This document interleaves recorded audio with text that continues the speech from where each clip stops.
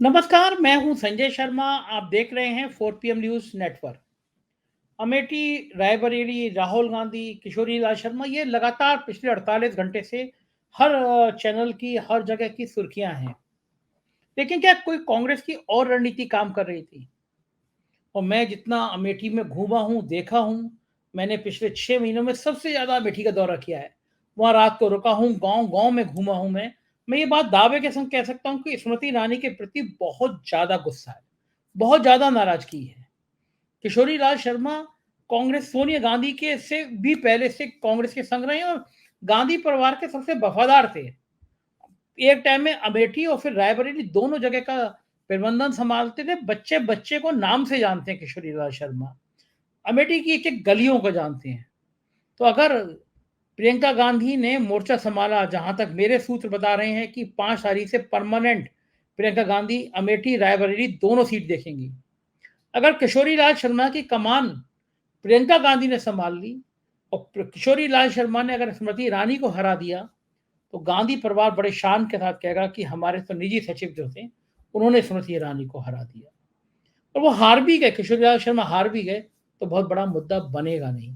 लेकिन स्मृति ईरानी चुनाव में फंस सकती हैं अगर प्रियंका गांधी ने कमान संभाली अमेठी में। क्या होगा खेल? केजरीवाल को जब जमानत मिल सकती है, 7 तारीख को मिलेगी, तो उसका दिल्ली की लोकसभा सीट पे क्या असर पड़ेगा? और उत्तर प्रदेश में बीजेपी कम क्यों हो रही है? इन तमाम मुद्दों पर हमने अभय दुबे जी से बात करी। अभय दुबे जी आप जानते हैं, देश के जाने वाले पत्रकार हैं।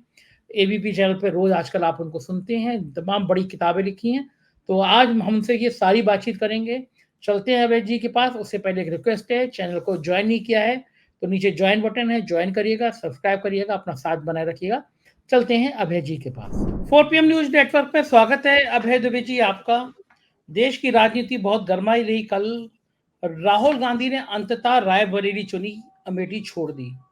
कांग्रेस ने बहुत छुपा के रखा, सारे सारे देश भर के टीवी चैनल परेशान थे। कांग्रेस कह रही है ये हमारी रणनीति थी कि वैसे तो गोदी मीडिया जिक्र करता नहीं है, लेकिन 2-3 दिन तक सिर्फ अमेठी और रायबरेली का ही जिक्र करता रहा। तो ये क्या कांग्रेस के लिए ये एक अच्छी रणनीति है या खराब रणनीति है? राहुल को अमेठी से लड़ना चाहिए था या रायबरेली ठीक है? क्या आपको इस रणनीति पर आपको क्या लगता है?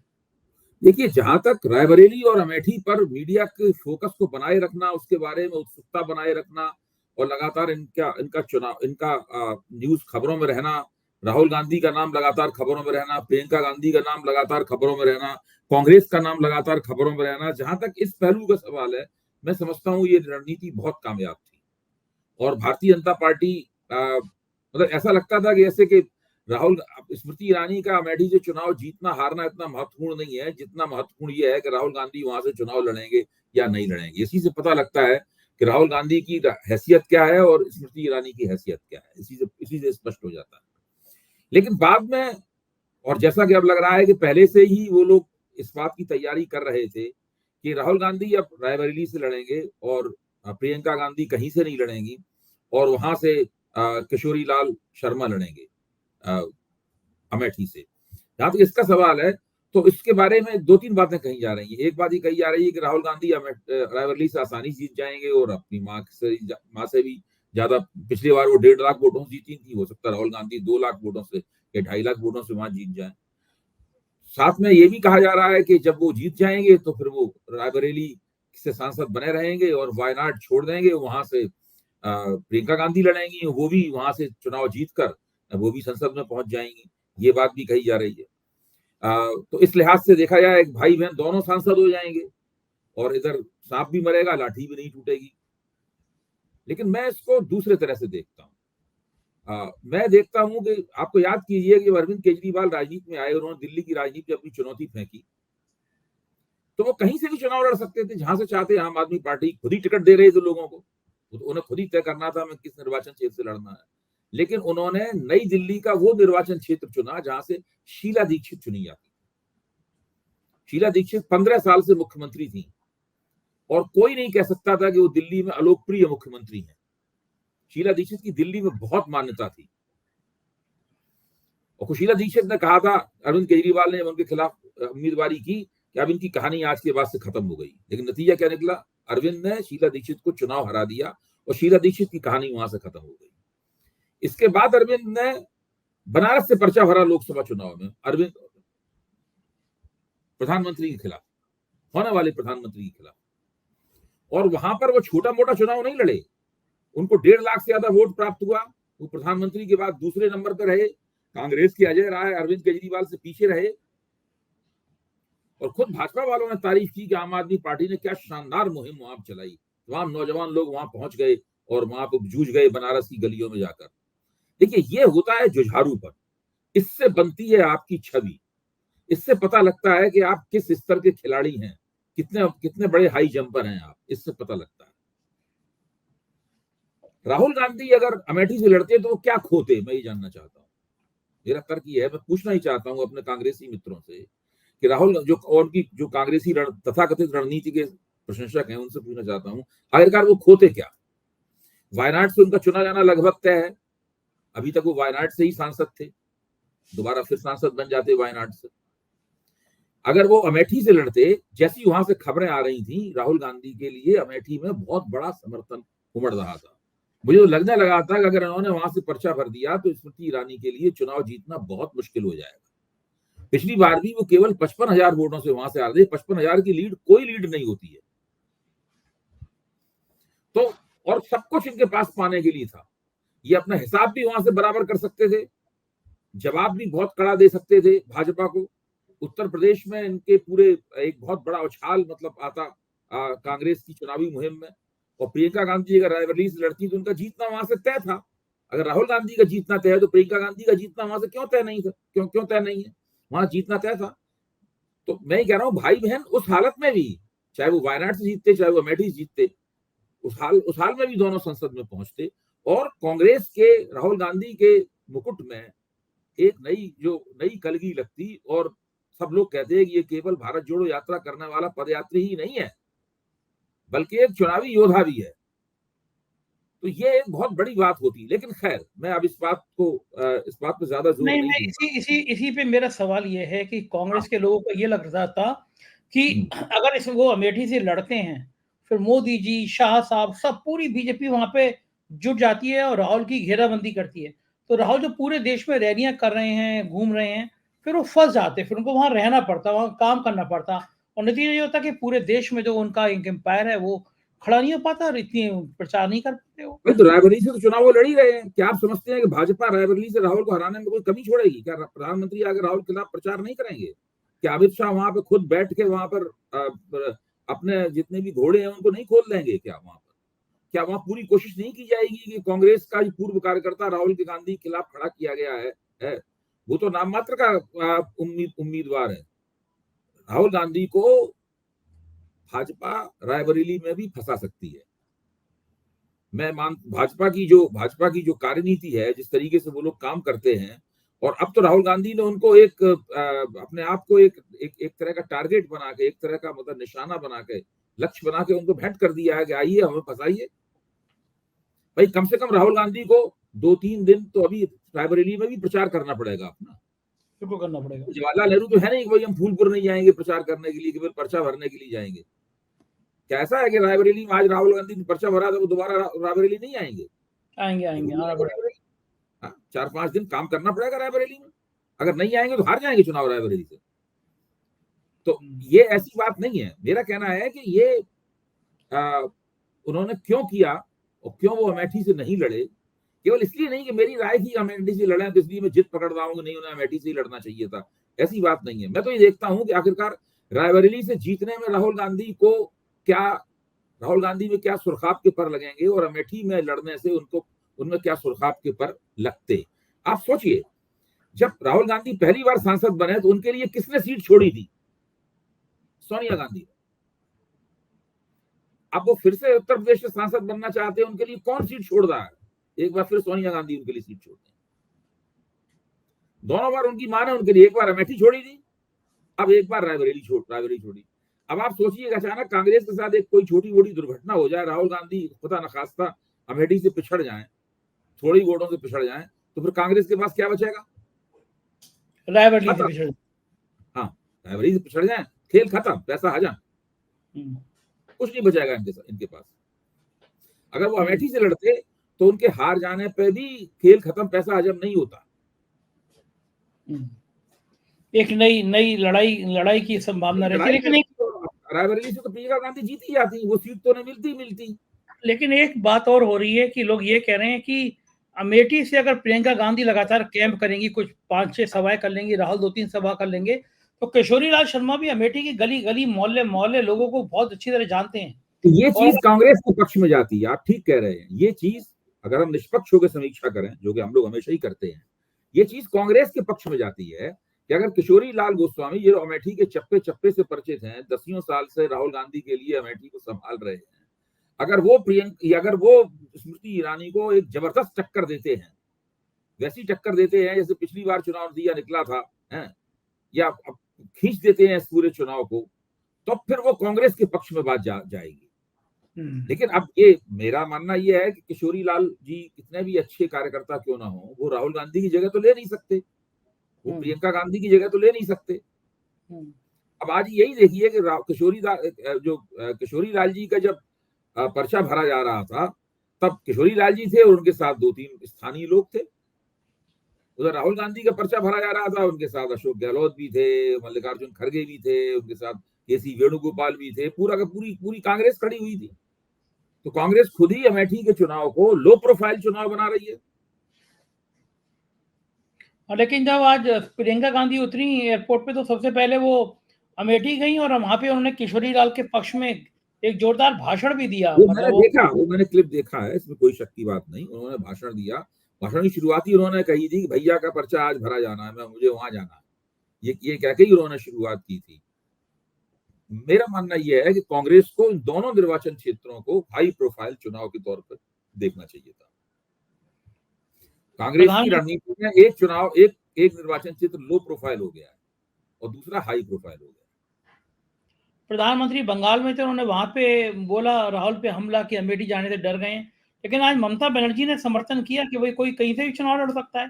प्रधानमंत्री बंगाल में बैठ के ये सब बातें क्यों कर रहे हैं? तो आज प्रधानमंत्री क्या कहते हैं इसके आधार पर मैं नहीं समझता कि हम लोगों को समीक्षा करनी। प्रधानमंत्री तो कुछ भी बोलते हैं, वो कहते हैं कि पाकिस्तान चाहता है कि राहुल गांधी प्रधानमंत्री बन जाए।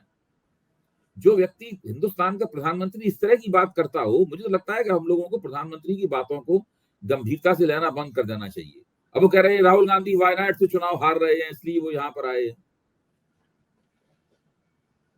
तो लेकिन एक बात कांग्रेस की प्रवक्ता है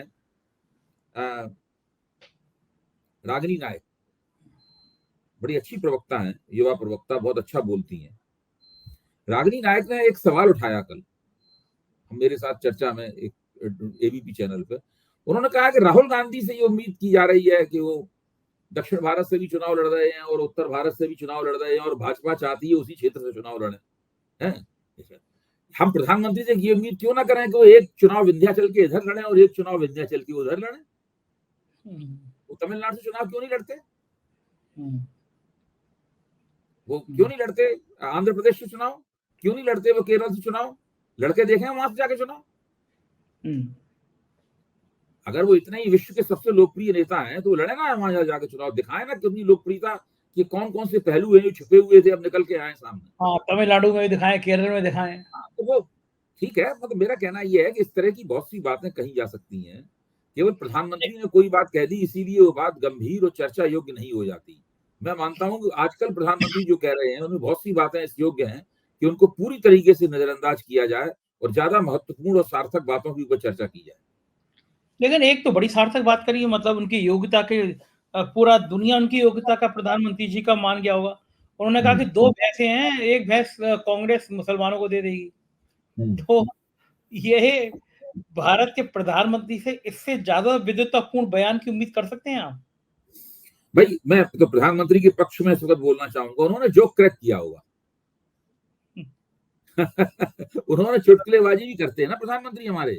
रवीश ने तो सेंस ऑफ ह्यूमर भी है, तो वो ये बात सही है कि सेंस ऑफ ह्यूमर जरा सी गलती करने पे सेंस ऑफ ट्यूमर में बदल जाता है, तो वो तो हो सकता है। लेकिन वो लगता है उन्होंने जो क्रैक किया होगा, इस बात पर हंसा ही जा सकता है और कुछ नहीं किया सकता।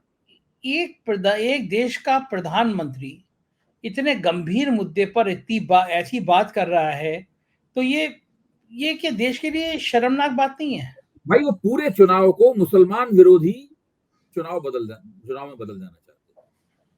हर बात जो कह रहे हैं वो ये है कि किसी तरह से मुसलमानों के खिलाफ हिंदू एकजुट हो जाए, और उनके समर्थक भी यही सब मुसलमान वाला सवाल उठा रहे हैं। कल मैंने वो एक सियालकोट वाला प्रकरण आपको सुनाई था, तो वो सब कुछ वैसा ही चल रहा है पूरा का पूरा। पूरी उनकी कोशिश यही है, और ये हो नहीं पा रहा है। लेकिन अभी तक मुझे तो नहीं लगता कि अब 48 घंटे बाकी हैं तीसरे चरण के चुनाव में प्रचार बंद होने में। इन 48 घंटों में हो जाए तो हम नहीं कह सकते, लेकिन आज की तारीख तक तो इस वक्त जो हम लोग बात कर रहे हैं नहीं हुआ है। ये हिंदू बनाम मुसलमान चुनाव नहीं हुआ है। ये काट की हांडी एक बार चढ़ गई है इनकी, बार बार नहीं चढ़ेगी। रवीश कुमार ने एक ट्वीट किया बहुत मजेदार, लिखा कि पीआईबी के अनुसार 2019 में भारत में 11 करोड़ भैंसें थी, अब तो और बढ़ गई होंगी। प्रधानमंत्री पास कहते हैं आपके पास 2 भैंसें हैं तो कांग्रेस से खोल के ले जाएगी। कांग्रेस ने ऐसा कुछ कहा नहीं है, जबकि अब ये बात फैला दी गई है, तब सवाल बनता है कि कांग्रेस 5.5 करोड़ भैंसों को रखेगी कहाँ? भाजपा मुख्यालय के सामने, चुनाव आयोग के सामने, इंडिया गेट पर? अगर कांग्रेस 5.5 करोड़ भैंसों को कोई रख सकती है, तो कृपया देश के हित में उनसे पूछ लीजिए कि यूपी में जो सांड घूम रहे हैं उन्हें कहाँ बांधा जा सकता है। प्रधानमंत्री ने विचित्र और झूठ बोलने की सारी सीमाएं तोड़ डाली हैं। एक ढंग का मुद्दा नहीं, वही परिवारवाद, वही शहजादे, 25 साल से एक ही टेप बज रहा है। तो ये बहुत लॉजिक वाला हुआ, और सोशल मीडिया पे भैंसों की इतनी तस्वीर तैर रही है। अब आप मतलब बताइए, परिवारवाद की बात करते हैं, बृजभूषण शरण सिंह को टिकट नहीं दिया क्योंकि वो यौन शोषण के मामले में फंसे हुए हैं। उनके बेटे करण भूषण को टिकट दे दिया। करण भूषण किसके बेटे हैं?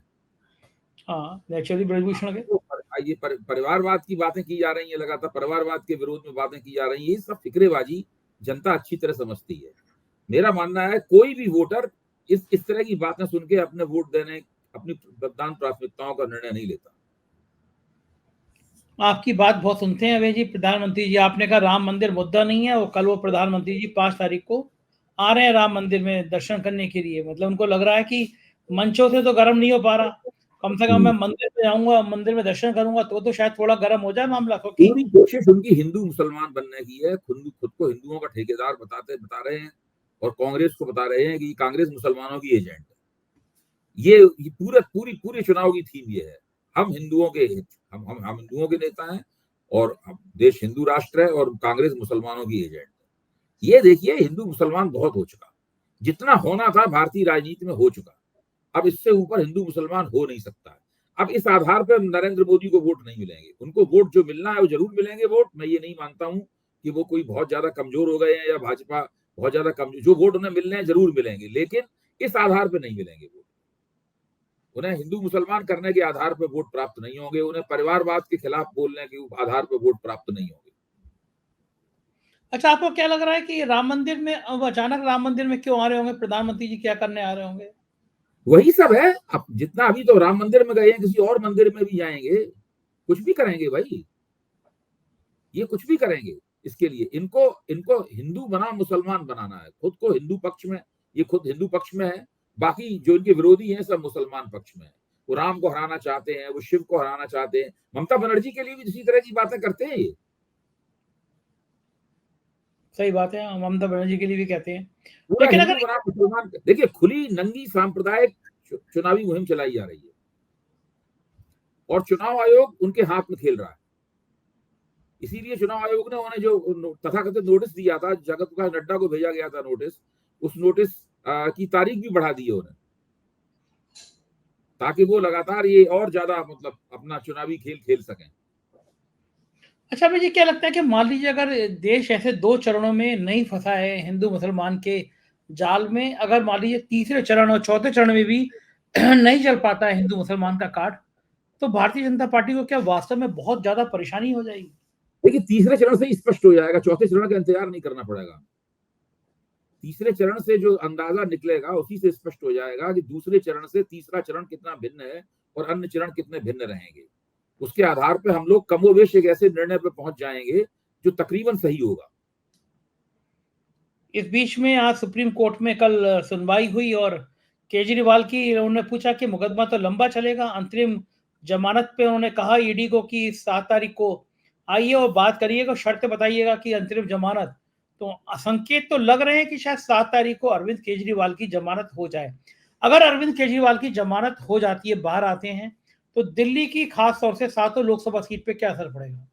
देखिए, दिल्ली की सीट नहीं, मैं मानता हूं कि ये एक तरह का एक प्रतीकात्मक रूप से एक बहुत बड़ी जीत होगी, क्योंकि उनके वकील का सिंघवी साहब का लगातार तर्क यही रहता है, अभिषेक मनु सिंघवी का, कि ये अरविंद केजरीवाल को चुनाव प्रचार करने से रोकने के लिए उन्हें गिरफ्तारी की गई। एक तरह से ये कोर्ट ये तर्क मान लेगा कि चुनाव प्रचार रोकने के लिए गिरफ्तारी की गई, इसीलिए वो जमानत देगा कि आइए आप चुनाव प्रचार कीजिए।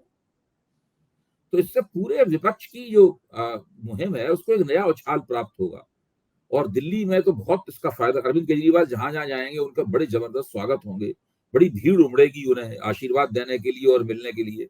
दिल्ली में वैसे भी बहुत ही ज्यादा वो लोकप्रिय है, उनसे लोकप्रिय नेता दिल्ली में कोई है नहीं अरविंद केजरीवाल से।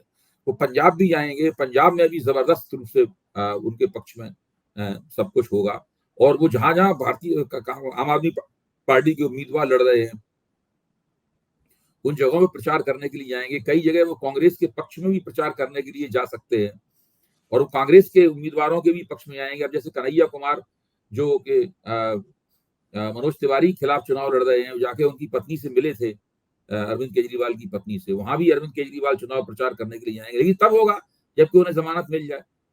मैं ये मानता हूं कि सुप्रीम कोर्ट इस तरह की बहुत सी बातें कहता है जिससे बड़ी उम्मीद बनती है। मनीष सिसोदिया के जमानत वाले मसले में भी सुप्रीम कोर्ट ने ऐसे ही टिप्पणियां की थी जिसे लगने लगा था कि जमानत तो लगभग तय ही है, मतलब ये लगने लगा था, लेकिन बाद में जमानत नहीं मिली, क्योंकि पीएमएलए कानून इस तरह का है कि उसका जो मैंडेट है उस कानून का, उसको उल्लंघन करना कोर्ट उचित नहीं समझते। लेकिन अगर वहां जमानत दे देते हैं तो ये एक बहुत बड़ी जीत होगी, और पीएमएलए कानून के बेजा इस्तेमाल के खिलाफ भी एक बहुत बड़ी जीत होगी।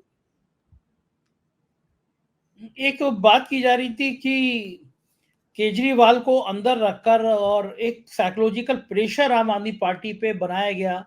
क्या आप सहमत हैं कि प्रेशर बना या फिर प्रेशर उल्टा पड़ गया मोदी? फ्लॉप हो गया। उनका मानना था कि पार्टी बिखर जाएगी, लेकिन ऐसा कुछ भी नहीं हुआ। आम आदमी पार्टी ने जिस तरीके से अपने आप को संभाला है, उसकी जो युवा कार्यकर्ता पंक्ति ने संभाला है, फिर बीच में संजय सिंह भी बाहर आ गए। संजय सिंह ने जोरदार तरीके से हमला किया भारतीय जनता पार्टी के ऊपर। संजय सिंह की भूमिका भी बहुत शानदार रही है इस मामले में। तो मेरा मानना यह है कि वो योजना खत्म हो चुकी है भाजपा की।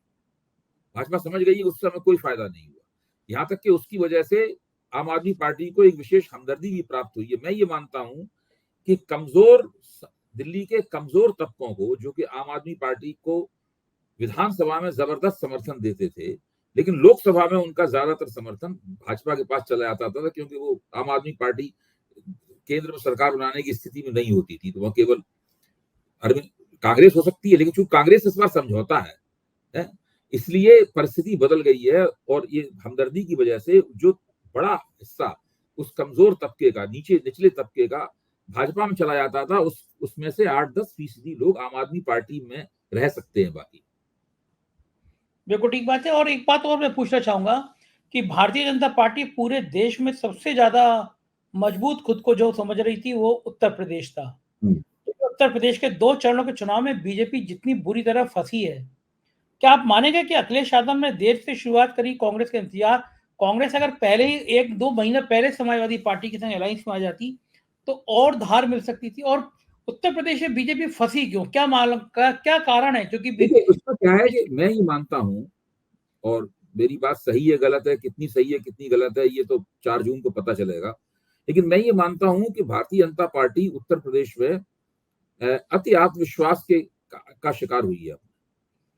उसने क्या किया कि उसने मायावती को विपक्षी गठबंधन में जाने से रोक लिया, उसने जयंत चौधरी को विपक्षी गठबंधन से छीन लिया, और इस तरह करके उसने कहा कि 2019 में जिस तरीके से सब एकता थी, अब कोई एकता हमारे खिलाफ रही नहीं, हमारे खिलाफ मैदान पूरी तरीके से साफ है, हम 80 की 80 सीटें जीतेंगे, यही नारा भी दिया गया। लेकिन ये सब किसी को नहीं पता था कि क्षत्रियों की नाराजगी अचानक सामने आ जाएगी। कहाँ पता? आप बताइए, चुनावी मुहिम के पहले क्षत्रियों की नाराजगी आप जरूर जिक्र करते थे, मैं आपकी तारीफ करूंगा इस मामले में। आपने बहुत शुरू में जिक्र किया था कि इस प्रकार की बातचीत चल रही है, लेकिन फिर भी काफी प्रकट होकर नहीं आई थी बातें। फिर सैनियों की नाराजगी है, त्यागियों में, गुजरों में, सबकी समस्याएं ये निकल के सामने आने लगी। फिर भारतीय जनता पार्टी के अपने जो कार्यकर्ता थे उनका मुरझायापन भी निकल के आया, राष्ट्रीय स्वयंसेवक संघ वालों का अनमनापन भी निकल के आया। इन सब बातों से ऐसी एक स्थिति बन गई कि और ये भी लगा कि जो बहुजन समाज पार्टी है वो भी बीजेपी का खेल नहीं खेल रही। अब जैसे मैं आपको उदाहरण देता हूँ, संत कबीर नगर एक निर्वाचन क्षेत्र है, जिसे पहले खलीलाबाद कहा जाता था। इस निर्वाचन क्षेत्र में करीबन 5 लाख मुसलमान वोट है, 5.5 लाख मुसलमान वोट है और 4.5 लाख इसमें दलित वोट है, तो 10 लाख वोट हो गया। कुल मिला के 20 लाख वोट है। बाकी निषादों के वोट हैं 3-4 लाख वहां पे। अच्छा, तो वहां पे भाजपा ने एक निषाद को टिकट दिया है, समाजवादी पार्टी ने भी निषाद को टिकट दिया है, लेकिन बहन जी ने वहां पे एक युवा मुसलमान प्रत्याशी को टिकट दिया है। तो अब आप सोचिए कि मतलब पूरे निर्वाचन क्षेत्र का जो वोटों का विन्यास है, पहली निगाह में लोग देख के बताएगा कि सबसे मजबूत तो बीएसपी का कैंडिडेट है इसके अंदर। बिल्कुल ठीक बात है। तो इस तरह की कई निर्वाचन क्षेत्र ऐसे हो सकते हैं। मैं उस कैंडिडेट का एक नाम भी बता देता हूं आपको। हाँ, कई सारे ऐसे हुए हैं। मतलब ये वो महत्वपूर्ण कॉन्स्टिट्यूएंसी है, इस पर हम लोगों की निगाह भी होनी चाहिए कि हाँ, उनका नाम है सैयद नदीम अशरफ। ये बस्ती जिले के हैं। अब देखिए, मुसलमान वहां पे 6.25 लाख है, दलित 4.5 लाख है, तो ये 10,75,000 तो दलित और मुसलमान मिलके हो गए। 2 लाख निषाद है, 3 लाख ब्राह्मण है, 1.25 लाख राजपूत है, 1.25 लाख यादव है और कई 1.25 लाख की कुर्मी है। 50,000 भूमिहार है वहां पे। इसलिए 19.5 लाख वोट है कुल मिला के वहां का। हाँ, कई सारे सबसे ताकतवर उम्मीदवार कौन लग रहा है पहली निगाह? हाँ, नदीम अशरफ नेचुरली। उनको अगर अपने ये मुसलमान और दलितों के आधे वोट भी मिल गए तो उन्हें कौन हराएगा? बिल्कुल सही बात है। बिल्कुल ऐसे तो ये बीजेपी अगर उत्तर प्रदेश में पिछली बार जितनी सीटें नहीं ला पाई, 10-15 कम हो गई, जिसकी बहुत उम्मीद लग रही है, और बीजेपी 50 के आसपास आ गई, तो क्या दिल्ली में आसानी से सरकार बन जाएगी? बहुमत से नीचे आ जाएंगे जी। देखिए, ये बहुमत से नीचे आ जाएंगे अगर उत्तर प्रदेश में इन्होंने 20-25 सीटें खो दी। अगर इन्होंने पिछली बार 15 खोई थी, अगर 10 सीटें और खो दी अगर उत्तर प्रदेश में, तो ये बहुमत से नीचे आ जाएंगे। बहुमत से मतलब 272 से नीचे? 272 से नीचे आ जाएंगे, तो वो 250 के आसपास रहेंगे। और फिर भले ही अचानक नरेंद्र मोदी के अंदर से एक अटल बिहारी वाजपेयी निकल आए और प्रकट हो जाए और वो एक गठजोड़ सरकार बना लें, उसके बावजूद भी ये नाक उनकी नीची हो जाएगी, नीची नाक का प्रधानमंत्री कहलाएगा। लेकिन वो फिर तानाशाही तो नहीं हो सकती ना, ईडी सीबीआई प्रधानमंत्री कहलाएगा, ऐसी अंदाजा लगा। आप एक शब्द बड़ा बढ़िया निकाल लेते हैं, नीची नाक का प्रधानमंत्री। आपके इसी तरह के जुमले, वो जैसे आपने मंगलसूत्र कांड कह दिया था एक दिन, बड़े सारे कमेंट आ रहे थे, मंगलसूत्र कांड आज आपने लिख दिया, नीची नाक वाला प्रधानमंत्री जी। यही बातें आपकी बिल्कुल अलग शैली में अलग बताती हैं। बहुत बहुत शुक्रिया अभय जी, आपने मैसेज दिया, आभार। तो ये थे अभय जी और आप सुन रहे थे इनकी सारी बातचीत, और मुझको यकीन है ये आपको चर्चा पसंद आई होगी। अपनी राय से अवगत कराइएगा, बताइएगा कि राजनीति की किन किन चीजों को आप 4PM पर और सुनना चाहते हैं। शुक्रिया, थैंक यू।